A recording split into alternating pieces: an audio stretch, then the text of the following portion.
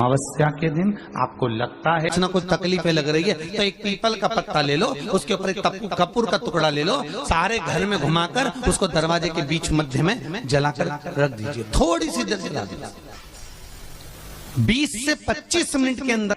स्वयं गुरु बाबा कहते हैं, राम सुनो, यदि कोई आरती में पूजन में घर में एक कपूर का टुकड़ा आरती के बाद में जब समर्पित करेगा तो उसको अश्वमेध यज्ञ का पुण्य प्राप्त हो जाएगा। अश्वमेध यज्ञ के पुण्य को पाने के लिए कपूर का टुकड़ा आज भी आरती में जलाया जाएगा, आज भी। एक कपूर का टुकड़ा सुखा का, इसीलिए हमारे यहाँ शास्त्र कहता है महाराज, जब आपको घर में अगर ऐसा लगने लगे कि 15 दिन से बहुत बेचैनी है, बहुत दुख तकलीफ लग रही है, कोई ना कोई बीमार पड़ रहा है, कुछ ना कुछ तकलीफें लग रही है, तो एक पीपल का पत्ता ले लो, उसके ऊपर एक कपूर का टुकड़ा ले लो, सारे घर में घुमाकर उसको दरवाजे के बीच मध्य में जलाकर रख दीजिए। थोड़ी सी देर जला दीजिए, 20 से 25 मिनट के अंदर मकान में एनर्जी वापस आ जाएगी, उस भवन में एनर्जी वापस प्राप्त हो जाएगी। अमावस्या के दिन आपको लगता है कि हमारे पूर्वजों का उद्धार नहीं हुआ, हमारे पूर्वजों का कल्याण नहीं हुआ, कहीं अधोगति में कोई चला गया है, उसका बस एक बार, रोज नहीं जरूरत है, प्रतिदिन जरूरत ही नहीं है, महीने में एक बार अगर अमावस्या के दिन भी आपने चंदन के थोड़ा सा चंदन अगर मेरे देवाधिदेव महादेव को 7 स्थान पर समर्पित किया है। अशोक यहाँ पर वर्णन कर रही है, मैना, धन्य और कला की कथा कर रही है। तीनों ने सनकादि ऋषियों से मांगा। चंदन भगवान को अति प्रिय होता है और चंदन ही एक ऐसा होता है जो पितरों को भी प्रिय होता है, जिसका स्पर्श मात्र लगने से पूर्वजों का कल्याण हो जाता है। वो चंदन का 7 स्थान शिवलिंग के बताए हैं, जहां पर भूल से भी अगर कोई चंदन की उंगलियां लगा देता है, 7 स्थान ऐसे हैं जहां चंदन की मात्र उंगलियां लगा देने से ही शिव पितृलोक के पितरों को मुक्ति प्रदान करके वैकुंठ लोक का निवास दे देते हैं। 7 स्थान।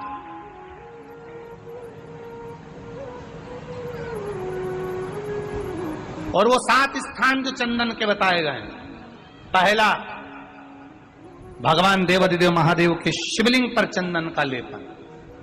समझ लेना जरा बहुत अच्छे से। आपको लगता है स्वप्न में कोई मुर्दे दिख रहे हैं, या कोई जल रहा है, या कोई मर रहा है, या कोई चला गया है, ऐसा भय लगता है।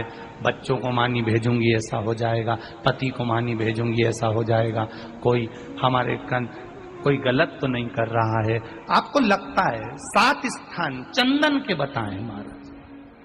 पहला शिवलिंग, दूसरा जहां गणेश जी का स्थान है, मालूम है ना सबको, जम के बोलो जरा, मालूम है ना सबको, जहां गणेश जी का स्थान है वहां अलग से गणेश जी बैठे, वहां नहीं। शिवलिंग में जलाधारी के ठीक सामने राइट में गणेश, लेफ्ट में कार्तिकेय, बीच में अशोक सुंदरी।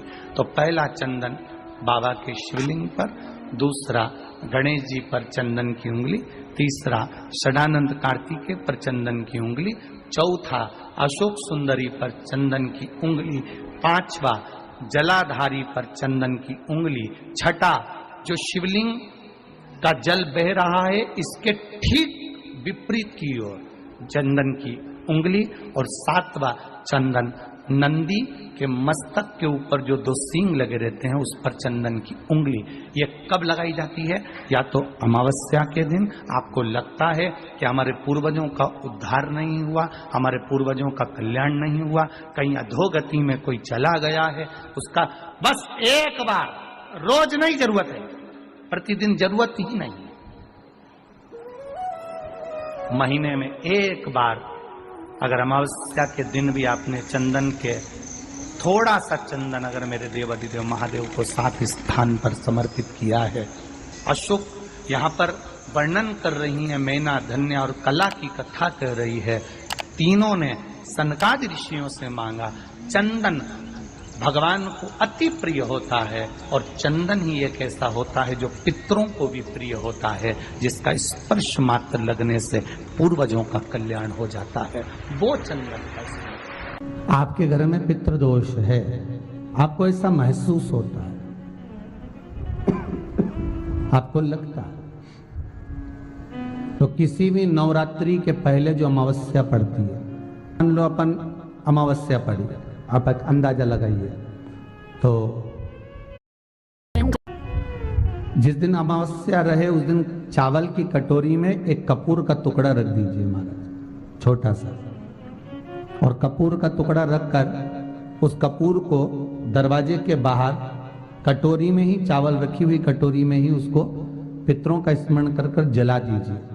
और जलाने के बाद उस चावल को कहीं भी किसी भी वृक्ष की छांव में पक्षियों के लिए डाल दीजिए। शिव महापुराण की कथा कहती है, अगर मान लो पितृ आपको कष्ट दे रहे हैं, पितृ आपको तकलीफ दे रहे हैं, कोई काम नहीं होने दे रहे हैं, या कहीं आपको ऐसा लगता है कि पितरों का दोष है, तो वो पितृ दोष देवी, अब ये जो आप करेंगे ये कब कर रहे हैं? अमावस्या के दिन आप उसको रख रहे हैं, अमावस्या के दिन उसको रखकर रात भर आपने रखा कपूर के साथ में, सुबह एकम पड़ गई, नवरात्रि लग गई, उसी दिन उसको जलाकर आपने पटक दिया। अर्थात उससे देवी और पितृ इन दोनों का आशीर्वाद जो प्राप्त होता है, तो घर में से पितृदोष समाप्त होकर लक्ष्मी की वृद्धि प्रारंभ हो जाती है, कार्य में सिद्धता आ जाती है। मान लो अगर पितृदोष है तो करो, नहीं है बड़े अलमस्ती से रहो, तो ये पितृदोष का स्मरण। तो यहाँ शास्त्र कह रहा है कि पितरों का जो लोक होता है, पितर जो लोक होता है, उस पितृलोक में 64 योगिनियां प्रवेश नहीं करती। शिव महापुराण कर रही है, शंकर की कथा कर रही है। एक छोटा सा उपाय अवश्य करिए। मान लो आपको लग रहा है कि आपके घर में पितृदोष है, आपको ऐसा महसूस होता है, अमावस्या पड़ती है, चावल की कटोरी में एक कपूर का टुकड़ा रख दीजिए महाराज, छोटा सा, और कपूर का टुकड़ा रखकर उस कपूर को दरवाजे के बाहर कटोरी में ही, चावल रखी हुई कटोरी में ही उसको पितरों का स्मरण कर कर जला दीजिए।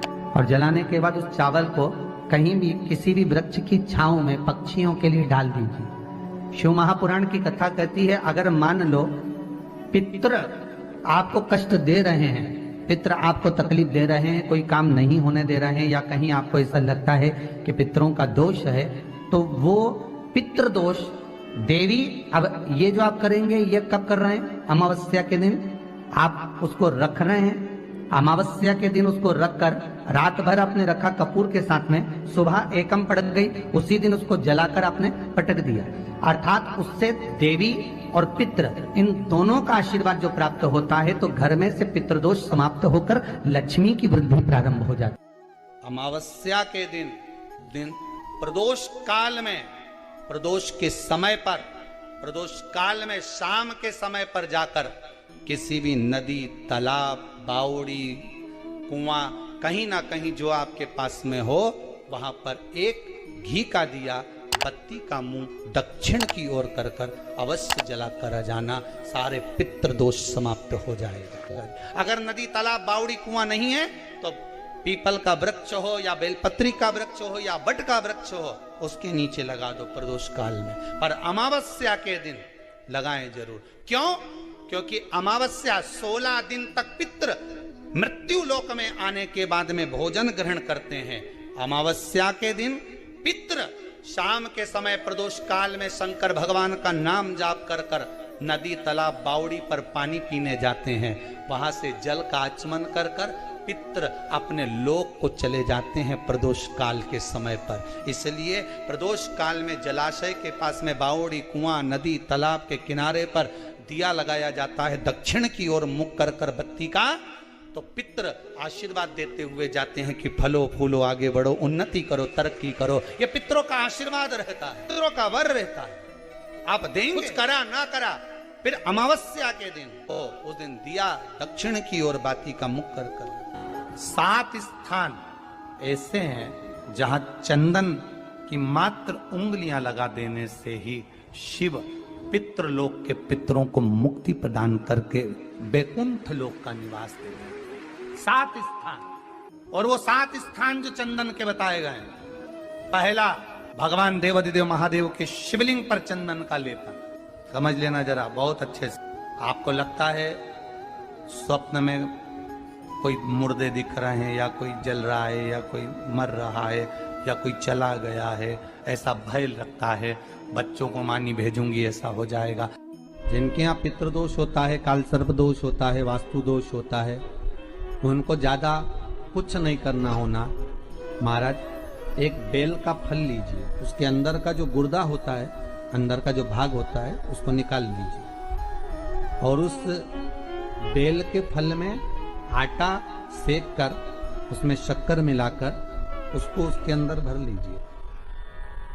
अमावस्या के दिन सुबह 10 बजे से पहले उसको अपने घर में घुमाने के बाद में जिसको काल सर्प दोष बताया है, पितृदोष बताया है, या वास्तु दोष का स्मरण बताया है, घर में सब दूर घुमाकर अपने परिवार का हाथ का स्पर्श कराकर पीपल के पेड़ के नीचे खड्डा खोदकर उस बेलपत्र के उस फल को दाब दीजिए। महाराज केवल एक अमावस्या करना रहता है, पितरों के दोष से मुक्ति मिलती है और हमारे घर के कार्य सफल होना प्रारंभ हो जाता है। पति को मानी भेजूंगी ऐसा हो जाएगा।